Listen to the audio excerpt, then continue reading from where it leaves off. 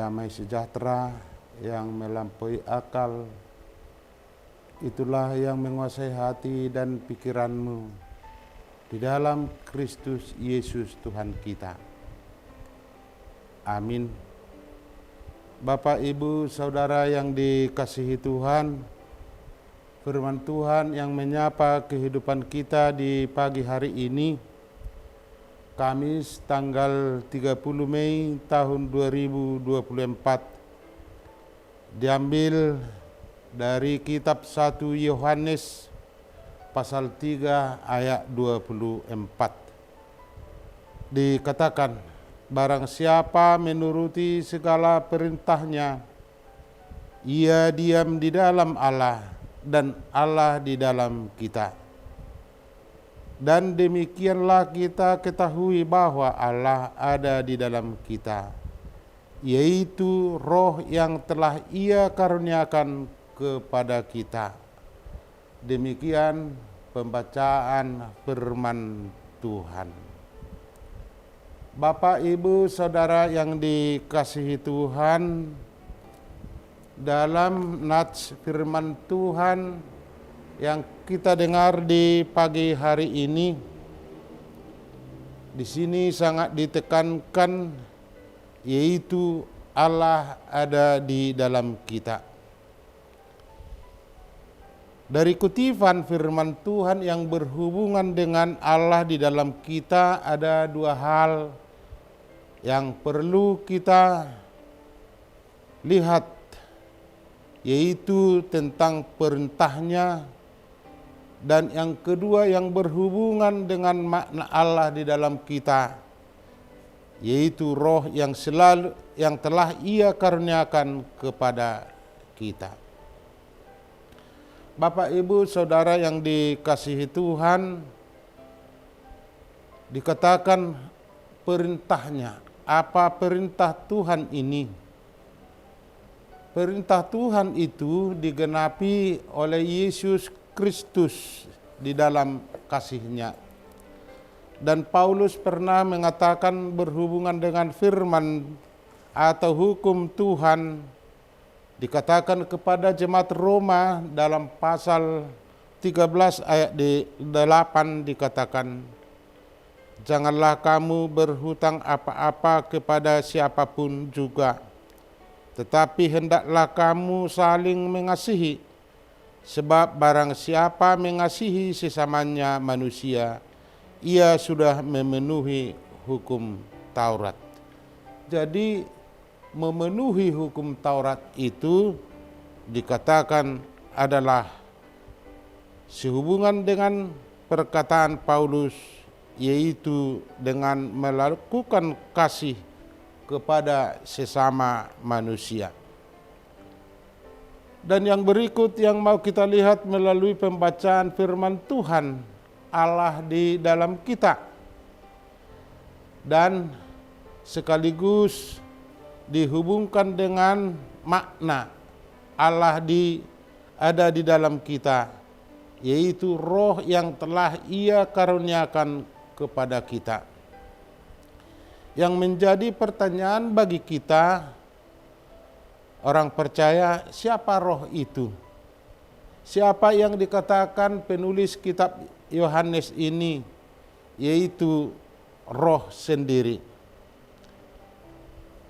Jawaban Paulus pernah mengatakan kepada jemaat Korintus. Di dalam 1 Korintus pasal 2 ayat 11 dikatakan, siapa gerangan di antara manusia yang tahu apa yang terdapat di dalam diri manusia, selain roh manusia sendiri yang ada di dalam dia. Demikianlah pula tidak ada orang yang tahu apa yang terdapat di dalam diri Allah selain roh Allah. Jadi roh yang dimaksud oleh penulis Yohanes ini adalah roh Allah sendiri. Dan apa yang dikatakan oleh Paulus dalam 1 Korintus pasal 2 ayat 11 dipertegas dalam 1 Yohanes pasal 4 ayat 11 dikatakan, saudara-saudaraku yang kekasih, jikalau Allah demikian mengasihi kita, maka kita juga saling mengasihi. Itulah yang kita lihat apa yang dikatakan, bila Allah di dalam kita wajib saling mengasihi sesama kita. Apa landasan dari yang dikatakan melalui surat Yohanes ini atau kitab Yohanes ini? Apa landasan kasih? Landasan kasih dalam 1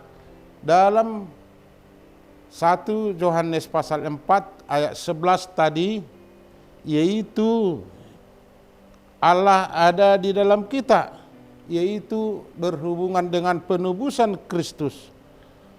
Allah adalah kepenuhan kasih. Itulah yang kita lihat melalui pembacaan firman Tuhan di pagi hari ini. Penting kita ketahui, dalam hubungan kita dengan Tuhan, kita tidak pernah sendirian. Nah, firman Tuhan yang kita dengar di pagi hari ini menyatakan bahwa jika kita memelihara perintahnya, Ia tetap di dalam kita dan kita tetap di dalam Dia. Ini adalah gambaran hubungan yang mendalam antara kita dengan Kristus. Jadi melalui penebusan Kristus itu harus kita maknai, harus kita teladani apa yang diperbuat Kristus kepada hidup kita. Kasih adalah kesempurnaan atau bermakna kasih kesempurnaan derajat iman kita. Jadi iman kita itu harus kita lakoni kepada sesama manusia. Bila kita mengasihi Allah, kita patut mengasihi sesama kita. Disitulah kita lihat melalui apa yang dikatakan oleh Paulus tadi. Bila kita mengasihi Allah, bila kita mengatakan bahwa kita kasih kepada Allah, harus kita nampakkan kasih itu kepada sesama kita. Nats hari ini mengajarkan kepada kita tentang hubungan yang dalam antara kita dengan Kristus melalui ketaatan kita kepadanya. Maka marilah kita terus berusaha untuk tetap memelihara perintahnya, yaitu perintah tentang hukum kasih, mengasihi Allah mengasihi sesama kita, supaya roh yang diberikan kepada kita yaitu roh Allah sendiri. Di situ mau kita lihat yang mau diinginkan Allah supaya kita menampakkan apa yang dimintakan oleh Tuhan, yaitu melalui perbuatan kasih, seperti yang diteladankan oleh Kristus sendiri. Jadi disitulah kita, bila kita menaati perintah Tuhan dengan kasih, Roh Kudus sendirilah yang menuntun kita. Roh sendirilah yang bekerja dalam hidup kita. Dengan demikian kita akan mengalami kehadirannya yang mendalam dalam hidup kita setiap hari. Kita harus melakukan hukumnya, yaitu hukum kasih, seperti yang diperbuat oleh Allah kepada kita, yaitu melalui penebusannya. Allah akan hadir di dalam hidup kita. Roh yang telah Ia karuniakan kepada kita, disitulah kita menampakkan buah-buah roh itu. Amin. Mari kita berdoa. Ya Allah Bapa kami yang di surga, puji dan syukur kami ucapkan di pagi hari ini. Tuhan, Engkaulah Tuhan kami, Engkaulah yang kami sembah, dan melalui pengimanan kami akan kasih-Mu. Tuhan, tolonglah kami setiap saat melalui kuasa Roh Kudus-Mu, supaya kami berdampak, berbuah sesuai dengan yang kami imani, yaitu meneladani pemberian-Mu, yaitu anak-Mu yang tunggal untuk menebus kami. Tuhan, kami akan berbuat sesuai dengan kehendak-Mu, supaya kami menampakkan kasih-Mu kepada sesama kami. Karena itu, ya Allah Bapa kami, setiap kehadiran kami masing-masing adalah sebagai penampakan kasih setia-Mu. Tuhan, pada hari ini, di dalam pekerjaan kami masing-masing, tuntunlah kami untuk berbuat kebaikan melalui pekerjaan-pekerjaan kami. Dan demikian juga segala pekerjaan kami, berkatilah supaya berbuah yang baik, supaya kami dapat menikmati dan mensyukuri pemberian-Mu kepada hidup kami.